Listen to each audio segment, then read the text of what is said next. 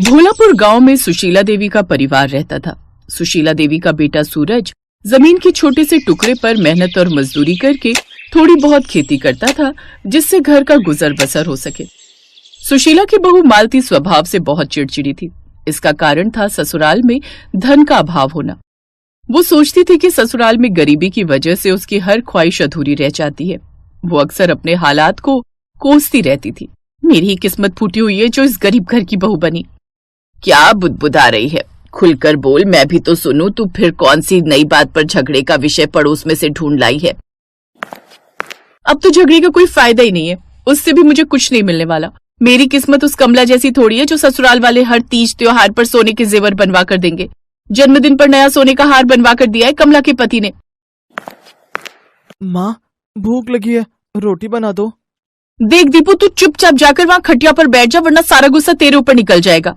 दीपू बेटा आजा, यहाँ दादी के पास बैठ। आज तेरी माँ का गुस्सा 7वें आसमान पर है। पता चला गुस्से में रोटी लेकर खेत पर नहीं गई तो तेरे बापू को भूखा रहना पड़ेगा। मालती एक बर्तन में बेसन का घोल तैयार करने लगी।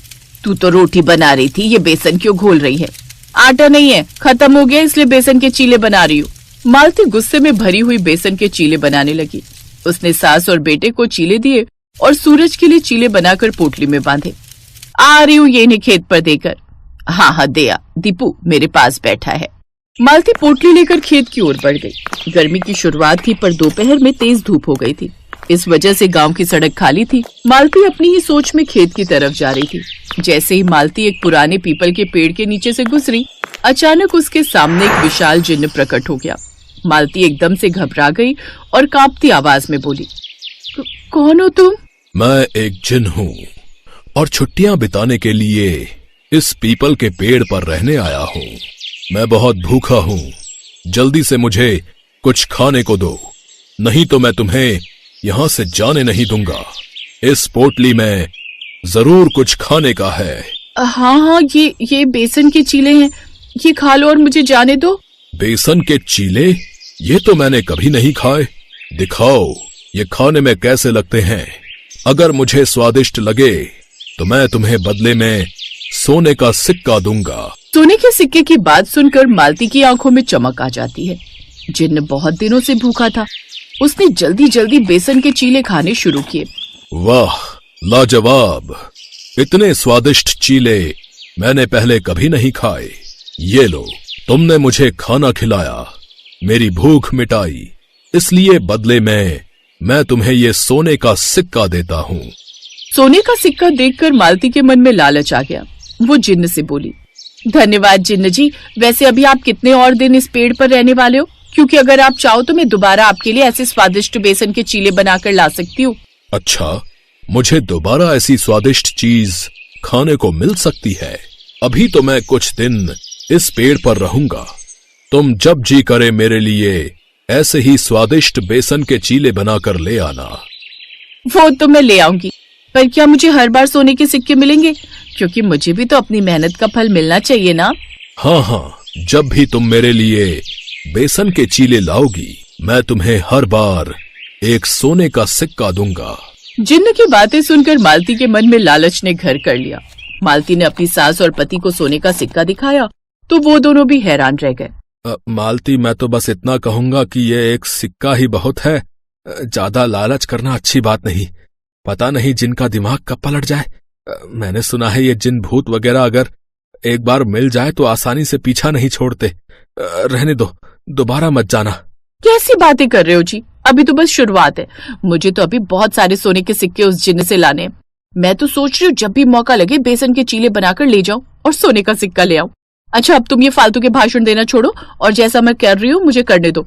खुद तो तुम कुछ कर नहीं पाए, अब जब मुझे मौका मिल रहा है कमाने का तो मुझे भी नहीं कमाने देते। इसे कमाना नहीं, धन की लालसा कहते हैं बहू। मालती ने सास और पति की बातों पर ध्यान नहीं दिया। उसके मन में तो सोने के सिक्के पाने की बहुत ज्यादा खुशी थी।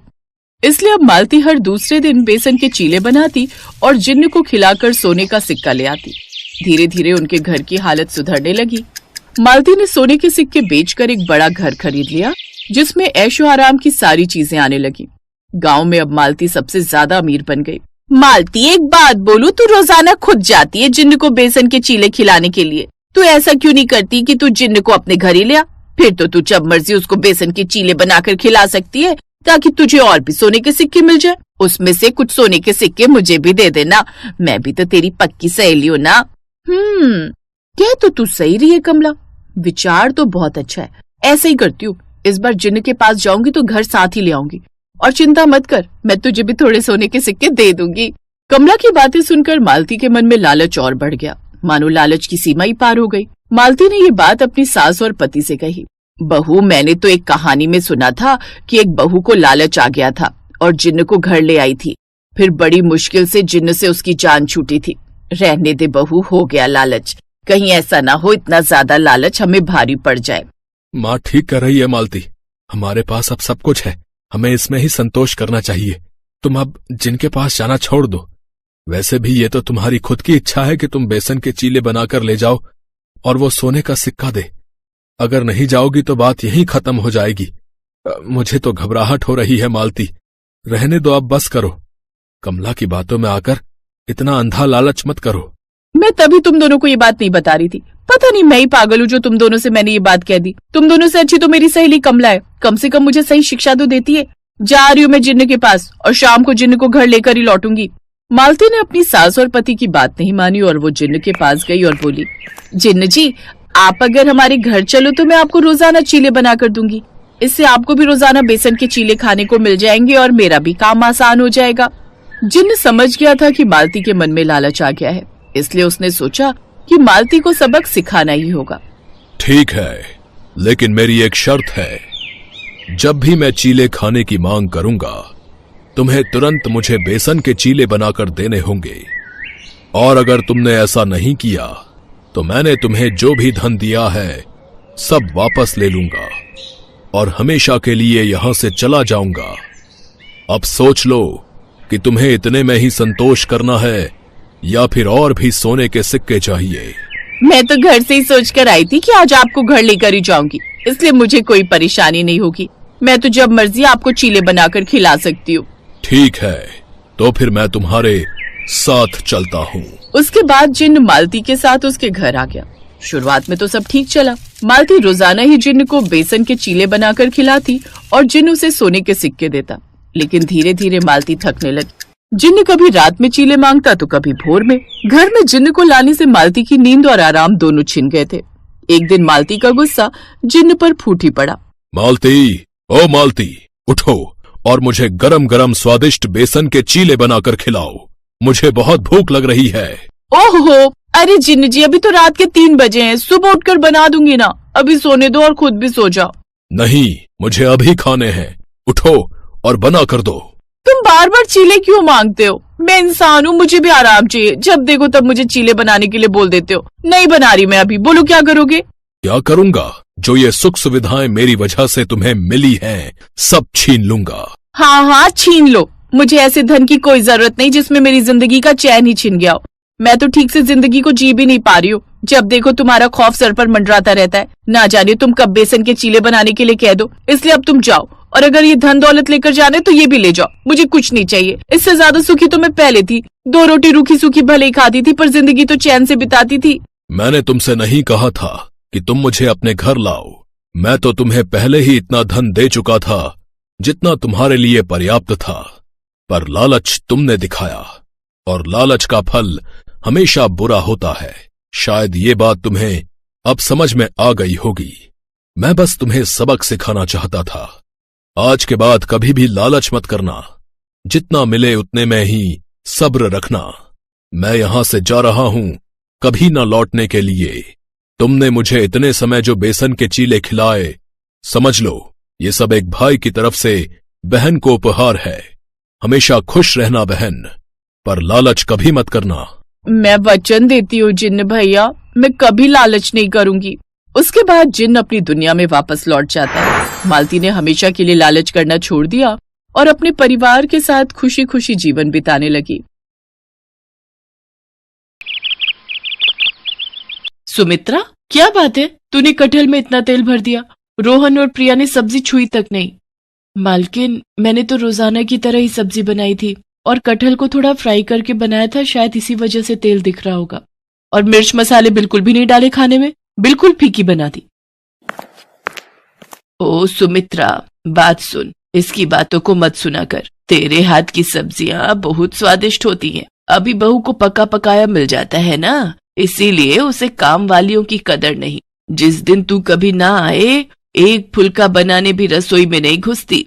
सब खाना बाजार से ऑर्डर होता है। अच्छा सुन, भिंडी की सब्जी रखी है। कल रात ये सब खाना खाने होटल चले गए, किसी ने सब्जी छुई तक नहीं। वैसे क्या बात है, तू थोड़ी परेशान लग रही है। अब तेरे आदमी की तबीयत कैसी है? अभी तो डॉक्टर ने पैर का बहुत खर्च बताया है, पता नहीं कोई रॉड डलेगी तभी ठीक होगा। अच्छा चलती हूँ माता जी। सुमित्रा एक गरीब औरत थी। जब से उसके पति के पैर का एक्सीडेंट हुआ है, तब से वो मजबूरी में यहाँ कोठी में रोटी बनाने का काम कर रही है। सुमित्रा की मालकिन शोभा अच्छे स्वभाव की नहीं है, पर सुमित्रा अकेली ही कमाने वाली है, इसीलिए वो यहाँ काम करके 2 पैसे कमा लेती है। माँ, आज बहुत देर लगा दी, मुझे बहुत भूख लगी थी, घर में कुछ भी खाने को नहीं रखा है। माँ, ये क्या लाई हो? ये मैं भिंडी की सब्जी लाई हूँ। तुम्हें भिंडी पसंद है ना? मैं अभी तुम दोनों के लिए और तुम्हारे पापा के लिए रोटी सेक देती हूँ, फिर गरम गरम रोटी भिंडी के साथ खाना। सुमित्रा, आज मेरी इस हालत की वजह से तुम्हें कितने दुख झेलने पड़ रहे हैं। काश उस एक्सीडेंट में मैं मर ही जाता। खबरदार, जो ऐसी बात कही, आज कह दिया, आगे से मत कहना। अरे तुम ही तो मेरा संसार हो, तुम्हारे बिना तो हम तीनों नहीं रह सकते। देखना, एक दिन तुम जरूर ठीक हो जाओगे। सुमित्रा बहुत हिम्मत वाली थी। वो अपने पति को हमेशा हिम्मत देती रहती थी, पर एक दिन सुमित्रा की हिम्मत खुद ही टूट गई जब उसकी मालकिन ने अचानक से उसे नौकरी से निकाल दिया। पर मालकिन, कोई कमी है तो वो बता दो, मैं वो दूर कर दूंगी। ऐसे अचानक से आप मुझे नौकरी से निकाल दो कि मेरे पास कोई और घर भी नहीं है काम करने का। मेरा बहुत नुकसान हो जाएगा मालकिन। अरे शोभा, एक बार सोच ले, अगली बेचारी को कितने समय से तूने काम पर रखा हुआ है और अचानक से तू इसे निकाल रही है। इसका पति वैसे ही बीमार है, घर में 2 छोटी छोटी बच्चियां भी हैं। ऐसे किसी के पेट पर लात क्यों मार रही है? माँ जी, आप चुप रहिए। आपको ज्यादा पता है या मुझे पता है इस घर का? सुमित्रा, मैंने तुम्हारा हिसाब कर दिया है। ये तुम्हारे इस महीने के 2 दिन आई हो, तुम ये 2 दिन के रुपए ले जाओ, कल से मत आना। सुमित्रा रोती हुई घर चली जाती है। घर पहुंचकर वो अपने पति को सारी बात कहती है। वो भी ये सब सुनकर बहुत परेशान हो जाता है। अचानक से सुमित्रा को कौन काम देगा? हर कोई एकदम से विश्वास भी नहीं करता, और वो भी एक रोटी बनाने वाली पर। सुमित्रा शाम का खाना बना रही थी कि तभी उसके दरवाजे पर खटखट होती है। अरे माता जी, आप और इस समय? आइए, अंदर आइए। सुमित्रा, आज सुबह शोभा ने जो भी किया उस बात से मुझे बहुत ठेस पहुंची है। मैं मंदिर के लिए निकली थी, पर मेरा मन मंदिर में भी नहीं टिक रहा था, इसलिए मैं तुमसे मिलने चली आई। मैं शोभा को तो नहीं सुधार सकती, पर मैं तुम्हें एक सलाह देना चाहती हूँ, अगर तुम मानो तो। जी बोलिए माता जी। सुमित्रा, ये 10,000 रुपए रख ले और इनसे खुद का कोई खाने का ठेला लगा ले। वैसे तू छोले भटूरे बहुत ही अच्छे बनाती है, अगर तू चाहे तो छोले भटूरे का ठेला शुरू कर सकती है। आजकल लोग छोले भटूरे खाना बहुत पसंद करते हैं, और आगे सर्दियों के दिन भी आ रहे हैं, तो तेरी अच्छी खासी बिक्री शुरू हो जाएगी। पर माता जी, आप मुझे इतने सारे पैसे दे रही हो, मुझे अच्छा नहीं लग रहा। सुमित्रा, ये पैसे मेरे खुद के हैं, मैंने जोड़े हुए थे, और फिर इन रुपयों की मेरे से ज्यादा तुझे जरूरत है। अब तू देर मत कर, इन रुपयों से जल्दी से छोले भटूरे का ठेला शुरू कर दे, फिर मैं गरम गरम छोले भटूरे खाने आऊंगी। उन रुपयों को देखकर सुमित्रा के मन में हिम्मत जाग जाती है, और वो माताजी को दिल से शुक्रिया करती है। आज मुसीबत की इस घड़ी में माताजी उसके लिए ईश्वर का रूप बनकर आई थी। माताजी की सलाह सुमित्रा और उसके पति को ठीक लगती है, और अगले ही दिन सुमित्रा छोले भटूरे का ठेला लगाने के लिए सारा सामान इकट्ठा कर लेती है, और 2-3 दिन में ही उसका छोले भटूरे का ठेला शुरू हो जाता है। पहले तो कभी नहीं देखा, लगता है बाजार में ये छोले भटूरे वाली नहीं आई है। भैया, बहुत ही स्वादिष्ट छोले भटूरे बनाती है, साथ में प्याज, चटनी, अचार और बूंदी का रायता भी 1 प्लेट खाई थी कल मैंने। भैया, सचमुच आनंद आ गया बता रहे। अच्छा, एक काम करते हैं, 1 प्लेट खा लेते हैं चलकर, गरम गरम है, मजा आ जाएगा। 2 प्लेट छोले भटूरे देना, और प्याज और अचार ज्यादा कर देना। ठीक है, अभी देती हूँ। आप दोनों के लिए भैया जी। हमें भी एक एक प्लेट छोले भटूरे लगा दो। भटूरे थोड़े करारे देना है। सुमित्रा का छोले भटूरे का ठेला चल पड़ता है। उसमें नया आत्मविश्वास पैदा होता है। धीरे धीरे वो छोले भटूरे के ठेले से अच्छे पैसे कमाने लगती है और एक छोटी दुकान किराए पर ले लेती है। अब सुमित्रा की छोले भटूरे की दुकान थी। उसके साथ साथ गाजर का हलवा, मूंग की दाल का हलवा, गुलाब जामुन और कुछ मिठाइयां भी बेचनी शुरू कर दी थी। सुमित्रा ने काफी अच्छे पैसे कमा लिए थे। एक दिन वो माताजी से मिलने गई। नमस्ते मालकिन, वो माताजी से मिलना था। माँ जी का 15 दिन पहले स्वर्गवास हो गया। शुगर बढ़ गई थी और फिर काफी तबीयत खराब होने की वजह से डॉक्टरों ने जवाब दे दिया था। कुछ काम था माँ जी से, मुझे काम से जाना है, मुझे देर हो रही है। माताजी के गुजरने की खबर सुनकर सुमित्रा की आंखों में आंसू आ जाते हैं। आज उन्हीं के कारण उसके पास पैसे और काम था। सुमित्रा जो रुपए माताजी को वापस करने गई थी, उन रुपयों से वो गरीबों में माताजी के नाम का दान करती है ताकि उनकी आत्मा को शांति मिल सके। सुमित्रा के पति के पैर का ऑपरेशन भी ठीक ठाक हो जाता है। अब दोनों पति पत्नी मिलकर छोले भटूरे की दुकान चलाते थे। पर आज भी सुमित्रा माताजी के एहसान को नहीं भूल पाई थी। इसीलिए वो उनकी याद में महीने में एक दिन छोले भटूरे बनाकर गरीबों में बांटती थी।